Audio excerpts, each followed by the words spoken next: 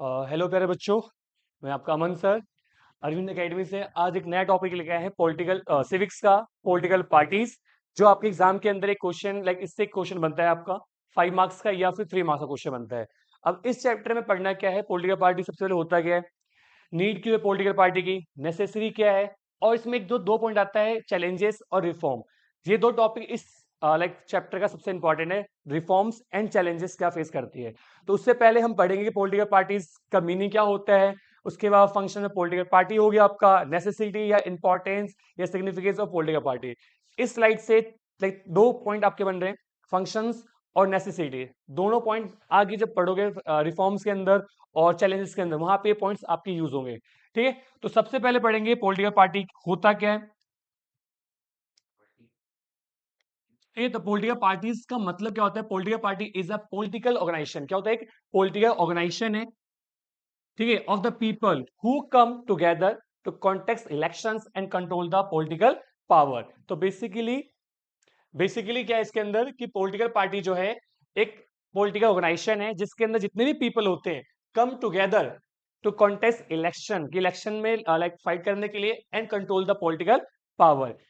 Without political party कोई no one control या no one organise the government, क्योंकि बिना पार्टी के कोई भी गवर्नमेंट नहीं बना सकता है। आपको पता है इंडिया के अंदर लोकसभा इलेक्शंस होते हैं, लोकसभा इलेक्शंस होते हैं और विधानसभा इलेक्शन होते हैं। हर किसी को भी अगर गवर्नमेंट बनाना है, पॉलिटिकल पावर कंट्रोल करना है, तो उसको मिनिमम टोटल वोट का सॉरी टोटल सीट का 51% सीट होना चाहिए, तभी वो गवर्नमेंट बना सकती है। जैसे अभी दिल्ली में इलेक्शन हुए थे, दिल्ली में आपके कितने हैं एमएलए, टोटल दिल्ली में 70 एमएलए हैं। इसका 51% जो आपका होता है 36 एमएलए। जिस भी पार्टी के पास 36 एमएलए होंगे वो पार्टी क्या करेगी, गवर्नमेंट का फॉर्मेशन करेगी। और विदाउट पार्टी पॉसिबल है कि ये 36 एमएलए साथ आएंगे, पॉलिटिकल पार्टी बनाएंगे, गवर्नमेंट बनाएंगे। तो विदाउट पार्टी कोई भी पर्सन, कोई भी एमएलए, कोई भी एमपी गवर्नमेंट रन नहीं कर सकता है। तो सबसे इंपॉर्टेंट क्या है, पॉलिटिकल पार्टी होना नेसेसरी है, तभी कंट्री के अंदर रूल्स रेगुलेशंस का फॉर्मेशन होगा। अभी आगे हम पढ़ेंगे कि पॉलिटिकल पार्टी की क्यों नीड है, ये आपको भी समझ आ जाएगा। तो पॉलिटिकल पार्टी का एक पॉलिटिकल ऑर्गेनाइजेशन है two of people who come together and contest the elections and control the political power. ठीक है, अब आप पढ़ेंगे functions.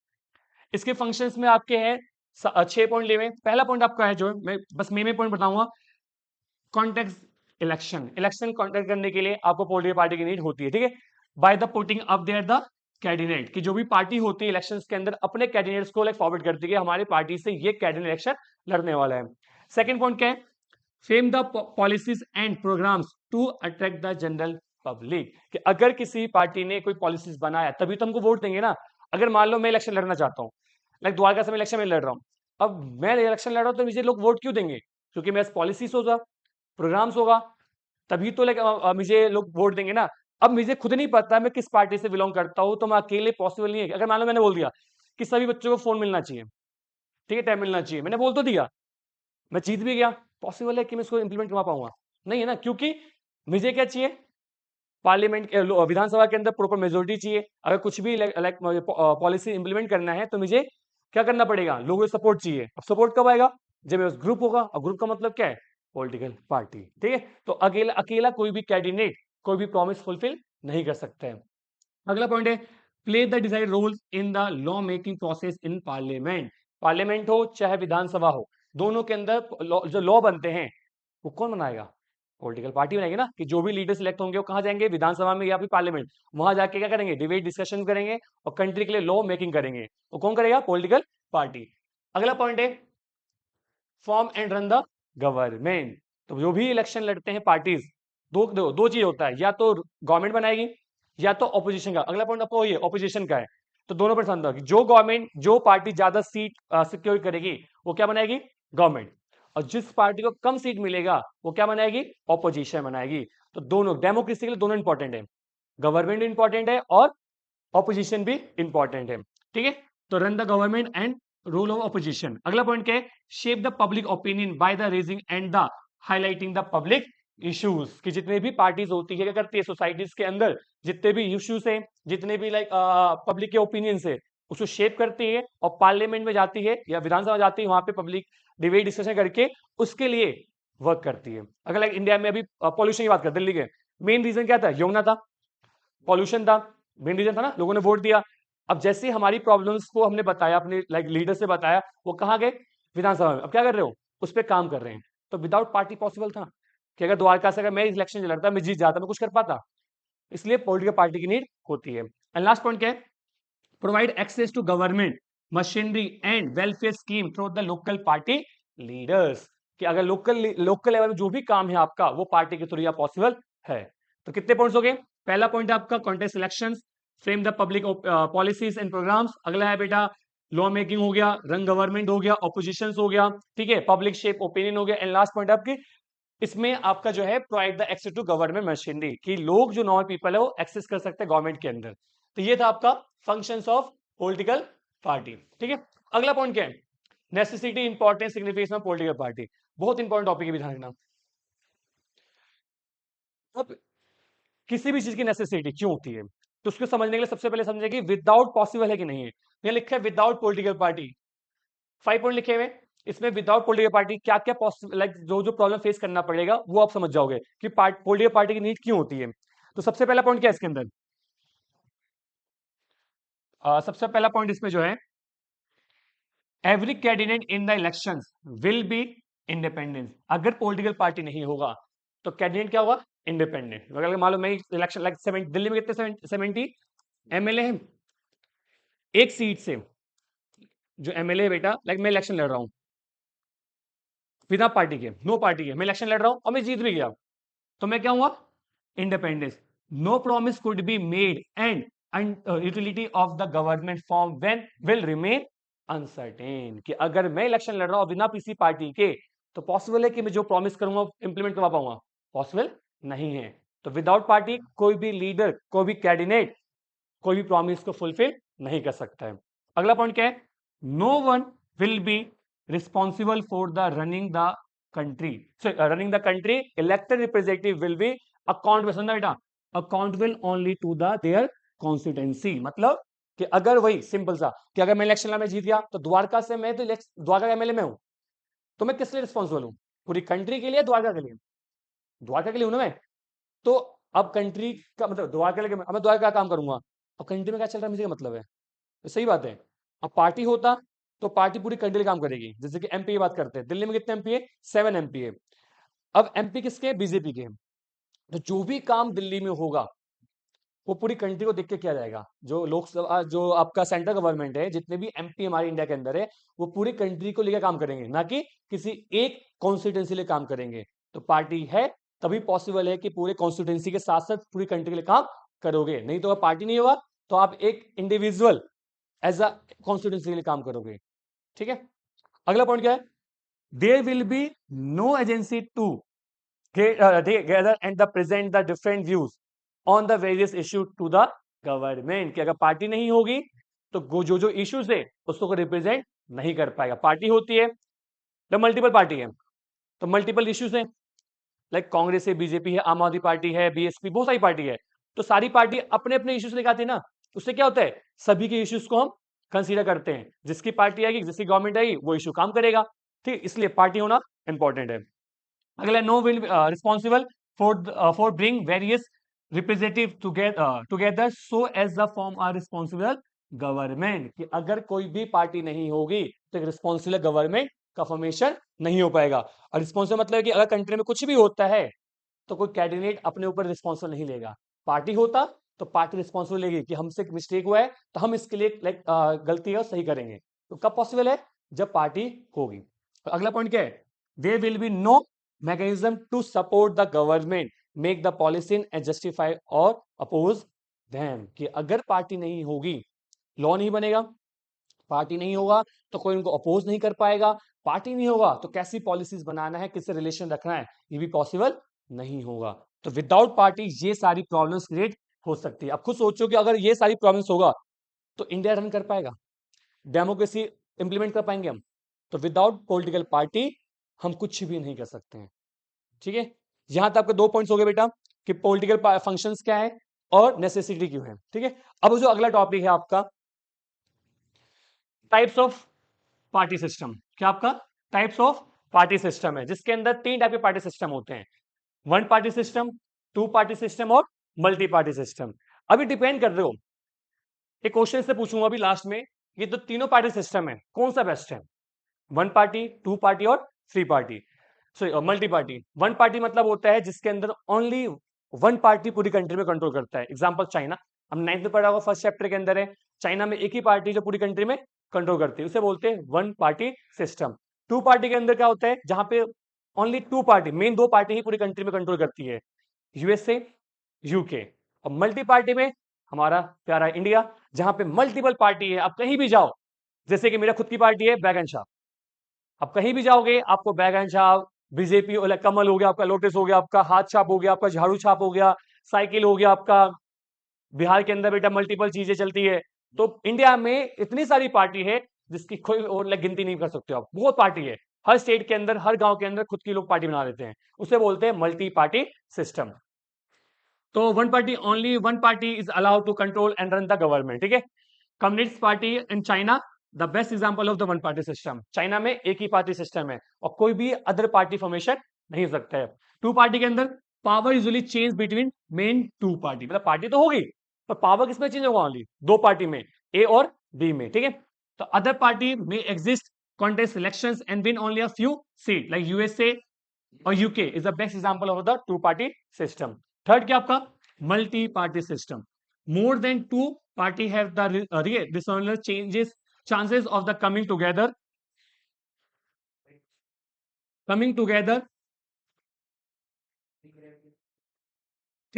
Together form the government, मतलब more than two government chances उनके पास भी है कि दो से ज्यादा पार्टी आके क्या कर सकती है, गवर्नमेंट का फॉर्मेशन कर सकती है। जैसे एग्जांपल दो बेटा, एनडीए,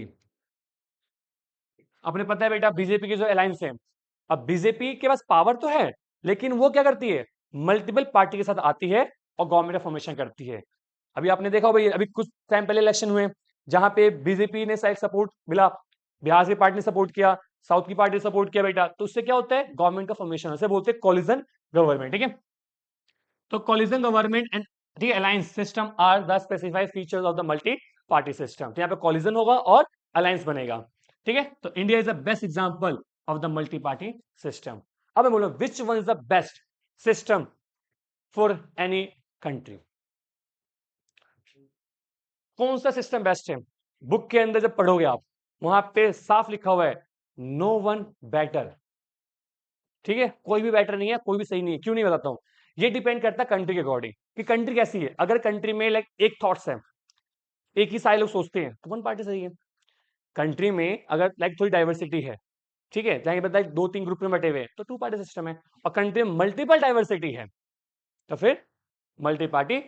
तो ये डिपेंड करता है किस पे, कंट्रीज पे, कि किस कंट्री में क्या सिचुएशन है, उसके अकॉर्डिंग पार्टी सिस्टम होगा। तो कोई सी भी सही नहीं है, कोई सी भी खराब नहीं है। अब इंडिया में मान लो, इंडिया में पॉसिबल ये है ही नहीं, ये भी पॉसिबल नहीं है बेटा, क्योंकि नॉर्थ अलग है, साउथ अलग है, नॉर्थ ईस्ट अलग है, आपका लाइक वेस्ट साइड आपका अलग है, तो मल्टीपल लोग है, मल्टीपल आइडियोलॉजी है, तभी नॉर्थ के लोग साउथ में रूल नहीं कर सकते ना, पॉसिबल ही ना। तुम्हें क्या चाहिए, मल्टीपल पार्टी सिस्टम। तो इंडिया में बेस्ट कौन सा फिर, ठीक है। तीन हो गया, वन पार्टी, टू पार्टी और मल्टी पार्टी सिस्टम। अगला टॉपिक है आपका kinds of political party. Main दो ही होंगे, नेशनल पार्टी और स्टेट पार्टी। तो नेशनल पार्टी और स्टेट पार्टी, ठीक है। नेशनल का मतलब क्या होता है, वो पार्टी जो पूरी कंट्री के लिए कंट्रोल, मतलब पूरी कंट्री के लिए काम करती है। State party only for the state के लिए काम करती है। तो national party are the country wide parties having the units in the several state, मतलब वो पार्टी जो पूरी कंट्री में कंट्रोल है, पूरी कंट्री में काम कर रही है, एंड स्टेट्स के अंदर भी उसका कंट्रोल है, ठीक है। For the almost the same policies and programmes to be follow at the national level, कि जो भी स्टेट में काम किया जा रहा है और जो सेंट्रल में ऑलमोस्ट सेम ही पॉलिसीज फॉलो की जाती है। बेस्ट एग्जाम्पल अभी के टाइम में बीजेपी हो गया, गवर्नमेंट है, तो जो सेंट्रल काम करती है ऑलमोस्ट स्टेट भी काम करती है, तो इसे बोलते हैं नेशनल पार्टी। अगला क्या बेटा, a party is the recognised as the national party when secures at least 6% of total vote in Lok Sabha. सुनना बेटा, नेशनल पार्टी वही बन सकती है जो एटलीस्ट कितना हो, at least 6% of the total votes in Lok Sabha और assembly election in 4 seat. Lok Sabha में 6%, और असेंबली इलेक्शन के अंदर at least 4 seat and win at least 4 seat in Lok Sabha. तो 6% लोकसभा, और एंड नहीं बोला बेटा, और बोला है, ये तो लोकसभा 6% और असेंबली के अंदर 4 सीट। अगर दिल्ली में लाइक 70 एमएलए हैं तो 70 कितना होना चाहिए, एटलीस्ट 4 सीट दिल्ली के अंदर एमएलए उनके होने चाहिए। या फिर लोकसभा के अंदर अगर 100% वोट हो रहे हैं तो 100 कितना होना चाहिए, 6% आपके पास होना चाहिए। एंड इसके बाद क्या होना चाहिए, win at least 4 seat in Lok Sabha.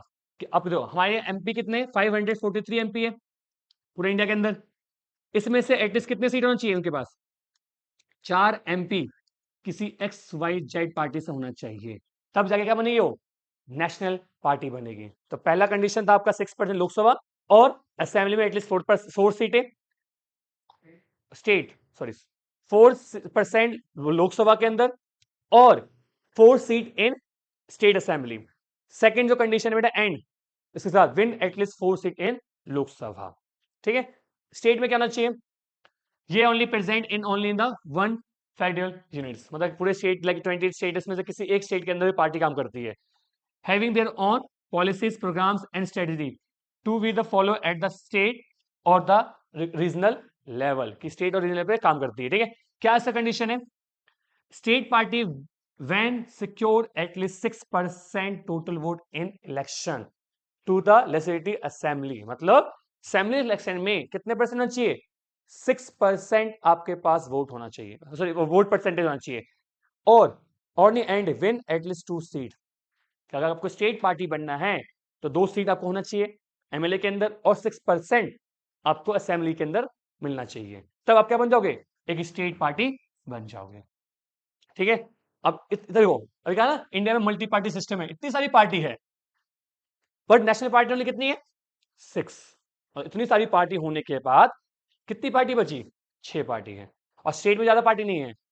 बहुत सारी पार्टी होने के बाद भी बेटा हमारे इंडिया में इतनी सारी पार्टी है क्योंकि रिस्ट्रिक्शन नहीं है, जो भी कैपेबल है पार्टी बनाता है, इलेक्शन लड़ता है और हारता भी है, वो बस कुछ टाइम बाद खत्म होता है। अब आपके जो सिलेबस में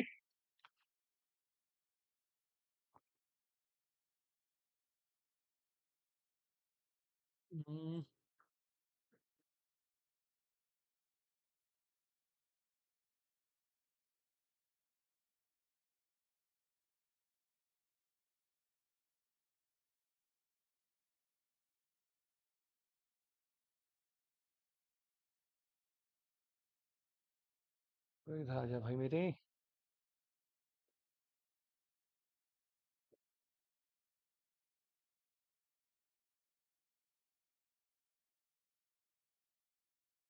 नहीं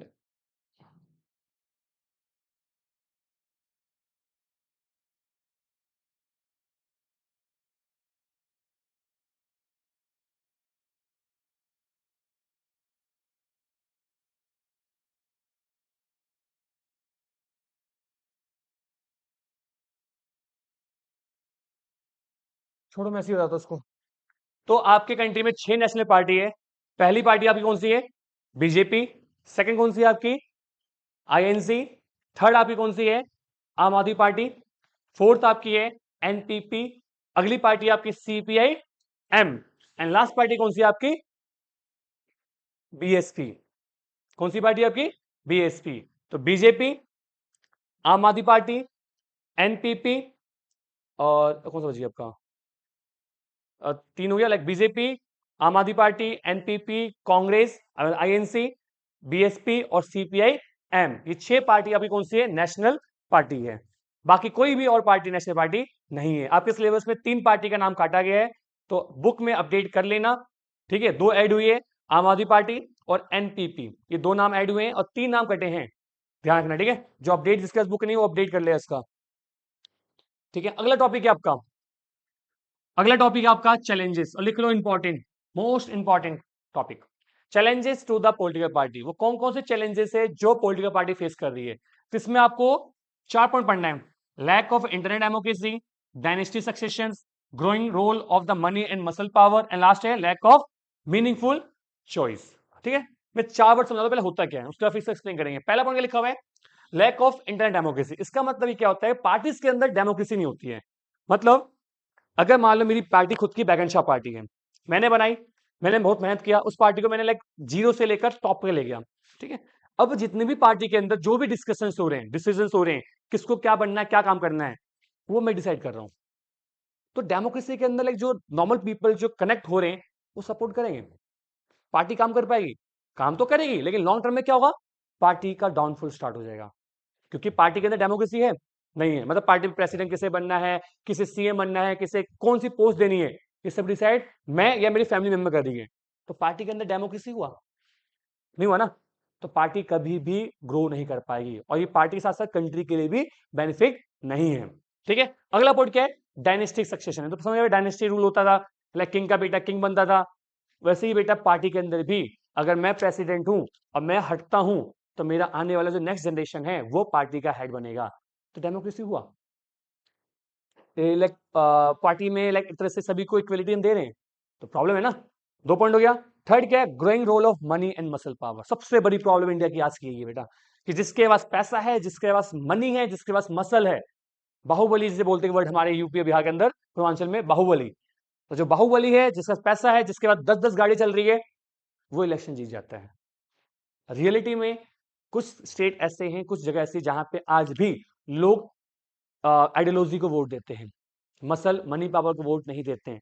डे बाई डे क्या हो रहा है, लोगों को समझ आ रही है। पहले होता था कि जिसका पैसा गाड़ी है वो इलेक्शन जीतता था, अब के टाइम में लोग एजुकेट हो चुके हैं, लोगों को पता है कि हमारे पॉलिटिकल राइट्स क्या है, उन्हें पता है कि अगर 5 साल बाद हम वोट देंगे, ऐसे लोग को देंगे जो हमारे काम करें या फिर ना करें, तो वोट भी लोग समझदार हो चुके हैं। तो मनी मसल पावर अब के टाइम में डे बाई डे क्या हो रहा है, कम होते जा रहा है, ठीक है। लेकिन आज भी प्रॉब्लम, सबसे बड़ी प्रॉब्लम है, गाड़ी लाइन से लग जाती है, लोगों को लगता है पैसा इसके पास है, पावर इसके पास है, वोट इसे देना चाहिए। तो ये बहुत बड़ी प्रॉब्लम है, ठीक है। अगला पॉइंट क्या है, लैक ऑफ मीनिंगफुल चॉइस। सबसे देखो एग्जांपल देता हूं, इसमें एग्जांपल समझने से, लाइक एक ये है और एक ये है, ठीक है, 3 लोग बनाते हो इसमें जरा में, और एक हमारा हरा वाला बंदा है, तीनों अलग कलर के, इसका नाम ए है, इसका नाम बी है और इसका नाम सी है। तीनों क्या है, अलग अलग है। पर प्रॉब्लम क्या है, ये कहता है कि हमें एस की तरफ जाना चाहिए, ये भी कहता है हमें एक्स की तरफ जाना चाहिए, और ये भी कहता है हमें एक्स की तरफ जाना चाहिए। तो तीनों की आइडियोलॉजी कैसी हुई, सेम। अब यहाँ पे जो एक पर्सन जो आया बेटा यूएसए से वोट देने इंडिया में, जागरूक नागरिक था, वो कहां से आया वोट देने, यूएसए से वोट देना है इंडिया में बस ओनली, ठीक है। यूएसए वाला बंदा बेटा ये आया वोट देने इंडिया में। अब इंडिया आया, उसने देखा 3 पार्टी है, ए बी सी। अब तीनों पार्टी की आइडियोलॉजी कैसी है, एक्स एक्स और एक्स। ये किसे वोट देगा, वो आया वोट देने, इतना खर्चा करके इंडिया में आया वोट देने कि डेमोक्रेसी होना चाहिए, जागरूक नागरिक है बेटा, सबको वोट देना चाहिए, पर किसे वोट देगा, तीनों तो एक जैसा ही है, बस कलर चेंज है ना, तीनों सोच कैसी है, एक जैसी है। तो मेरा चॉइस, इसका चॉइस है, तो वोट देने आएगा। हमारे आज के टाइम में ही दिक्कत है कि जितने भी वोटर से, जो जितने भी रिप्रेजेंटेटिव है, जितने भी पार्टी से, सबकी आइडियोलॉजी कैसी है। अभी दिल्ली में इलेक्शन हुए हैं, कमेंट नहीं करूंगा, लेकिन सबने देखा है, सबकी आइडियोलॉजी, अगर लोग इधर जा रहे हैं हम भी इधर जाएंगे, लोग इधर जा रहे हैं हम भी इधर जाएंगे, तो चॉइस मेरे पास क्या बचा, हम किसे वोट दें अब। तो मैं जाऊंगा आंख बंद करके कहीं भी दबा दूंगा, भाई सबकी सोच तो एक जैसी ना, कोई कम दे रहा है, कोई ज्यादा दे रहा है, तो सब दे रहे हैं, ऐ समझ। तो ये बहुत बड़ी पार्टी की दिक्कत है कि सभी पार्टी एक जैसी सोच रही है। अगर आपको याद हो हिस्ट्री का सेकंड चैप्टर, सियादास मोतीलाल नेहरू, जवाहरलाल नेहरू और सुभाष चंद्र बोस, दोनों एक ही पार्टी के थे, चारों एक ही पार्टी के थे, लेकिन थॉट्स क्या थे, अलग अलग थे। दो लोग कह रहे हैं स्वराज पार्टी बना के we want to council election, दो लोग कह रहे हैं we want to full independence. Ideology क्या हुई, अलग अलग। तो चॉइस है ना, अब मैं किनके साथ जाऊं, मोतीलाल के साथ जाऊं या जवाहरलाल नेहरू के साथ जाऊं, तो चॉइस हो गया ना। पर यहां दिक्कत क्या है, सभी सोच रहे हैं अगर सबको गड्ढे में जाना है तो सब गड्ढे में जा रहे हैं। तो ये सही है, डेमोक्रेसी रन हो पाएगी। और आज से ही 25 साल 30 साल पहले लोग के ना थॉट्स अलग थे, 1980 से इलेक्शन हुए थे, 77 में इलेक्शन हुए थे, सबके थॉट्स क्या थे, अलग अलग थे, कि एक पार्टी अलग काम कर रही है, दूसरी पार्टी अलग काम कर रही है, तो लोग वोट भी उसी अकॉर्डिंग देते थे। पर आज सब सब एक ही थाली के चट्टे बट्टे, जो समझे ना, यही है। बेचारा यूएसए से आया, अभी क्या कर पाएगा, समझे ना। तो ये हमारी बहुत बड़ी प्रॉब्लम है कि आज के टाइम में कोई भी नई पार्टी, कोई भी पार्टी एक नई आइडियोलॉजी के साथ आ तो रही है, लेकिन काम वही कर रही है, जिससे क्या हो रहा है, चैलेंजेस ऑफ पॉलिटिकल पार्टी है। 4 पॉइंट क्लियर हो गए। ठीक है, और बस मैं फास्ट पढ़ाता हूं, इसमें पॉइंट क्या लिखा है, पहले क्या लिखा हुआ है, लैक ऑफ इंटरनल डेमोक्रेसी, तो consideration of power in one and few hands, मतलब किसी एक के पास पावर है, सबके पास पावर नहीं है। No record of membership register, कौन आ रहा है कौन जा रहा है, कोई मतलब रजिस्टर नहीं है, कोई मेंटेनेंस नहीं है। थर्ड क्या आपका, नो रेगुलर इंटरनल इलेक्शंस, की पार्टी के अंदर भी इलेक्शंस नहीं हो रहे, किसको पावर देना चाहिए किसको नहीं देना चाहिए। Ordinary members of the party do not get the sufficient information, ठीक है, कि जो ऑर्डिनरी पीपल है जो चाहते काम करना, उनको पास इंफॉर्मेशन नहीं है, तो जो चाहते बेटा वो काम कर पाएंगे, फिर छोड़ देंगे पार्टी। ठीक है, वैसे ही तो पर्सनल लॉयल्टी, यहाँ पे personal loyalty, personal loyalty to the leaders become more important than loyalty to the party. हो गया ना, लाइक जो चापलूसी करते हैं, अगर मान लो मैं प्रेसिडेंट हूं तो लोग मेरे पीछे भागेंगे, ना कि पार्टी पीछे भागे, क्यों, मुझे पता है कि वो मेरे पीछे आएगा तो उसे मैं पावर दूंगा, तो पार्टी से लॉयल्टी है लीडर से लॉयल्टी है, तो ये एक बड़ी बहुत बड़ी प्रॉब्लम आपके टाइम में है। ठीक है, अगला है डायनेस्टी सेक्शन है, तो लीडर ऑफ द पार्टी क्या लिखा है, फेवर, ठीक है, favour people choose close to the them even their family member, तो किसके पास है ये पावर, जो क्लोज होगा या उसका फेवरेट होगा। अगला आपका, in the many parties the top position are always controlled by the member of one family, like royal family. तो पहले मोनार्क सिस्टम था, आज उसी का दूसरा फॉर्म क्या है, पार्टी सिस्टम में चल रहा है, कि अगर मैं पावरफुल हूं तो मेरा बेटा भी क्या होगा, पावरफुल बनेगा। तो पहले रॉयल फैमिली में चलता था, नाम चेंज हुए हैं, काम वही आज है, पहले जैसा था सिस्टम आज भी वही सिस्टम है, बस क्या है? नाम चेंज कर दिया गया है। ठीक है, as a result people who do not have the educated experience or popular support come to occupy the position of power, कि अगर मेरा बेटा लाइक अगर प्रेसिडेंट बनता है, बन तो गया, नहीं पावर उसके पास नहीं है। अगला पॉइंट क्या है, dynasty succession in the some way or other is the present all over the world even in the some of the order democracy, तो ऑलमोस्ट डायनेस्टी सक्सेशन हर जगह दिखता है। अगला पॉइंट क्या है, मसल एंड मनी पावर, तो nowadays the role of money and muscle power is growing in the parties, की हर पार्टी के अंदर क्या है, money and muscle power grow होते जा रहा है। सिंपल सा लॉजिक है, पार्टी विदाउट मनी नहीं चलती है। आपने सेकंड चैप्टर हिस्ट्री पढ़ा है, कांग्रेस से दिक्कत ही थी कि लोग क्या सोचते थे कि Congress towards the rich farmers, money lenders, businessman, इसलिए अवध के अंदर नेहरू जी ने क्या किया था, मीटिंग की थी, जिससे लोगों को कनेक्ट कर पाए कि जो पार्टी है not only concern about the rich, we are all the together to for against the British, ये था ना। ठीक है, तो most of the parties are focused only on the winning election, so they trying to use the shortcuts to win the election, उन्हें बस क्या चाहिए, सीट चाहिए। अब कैसे भी है, रात में पैसा बांटे, गाड़ियां, हाँ आप समझो बेटा, सब चीज होता है, और कैसे करना वो देखेंगे। Candidate are the nominate on the basis of their money and muscle power, rich people or companies give the fund to the party and trying to influence the policies decision of the party. बड़ी party जो होती है बेटा, जो पैसा देती है, अगर मान लो मुझे कोई पैसा दे रहा है, इलेक्शन में जीत जाऊं, मैं किसे काम करूंगा, उस वो बड़ी कंपनी के लिए, वो कल तो बात सही बात है। अब जो एक मान लो नॉर्मल पीपल चाहता है कि कंट्री में काम करना, काम कर पाएगा, सारे टेंडर्स उसको मिलेंगे, सारी बेनिफिट्स उसको मिलेंगे, जिससे कंट्री में कंट्रोल उनका रहेगा।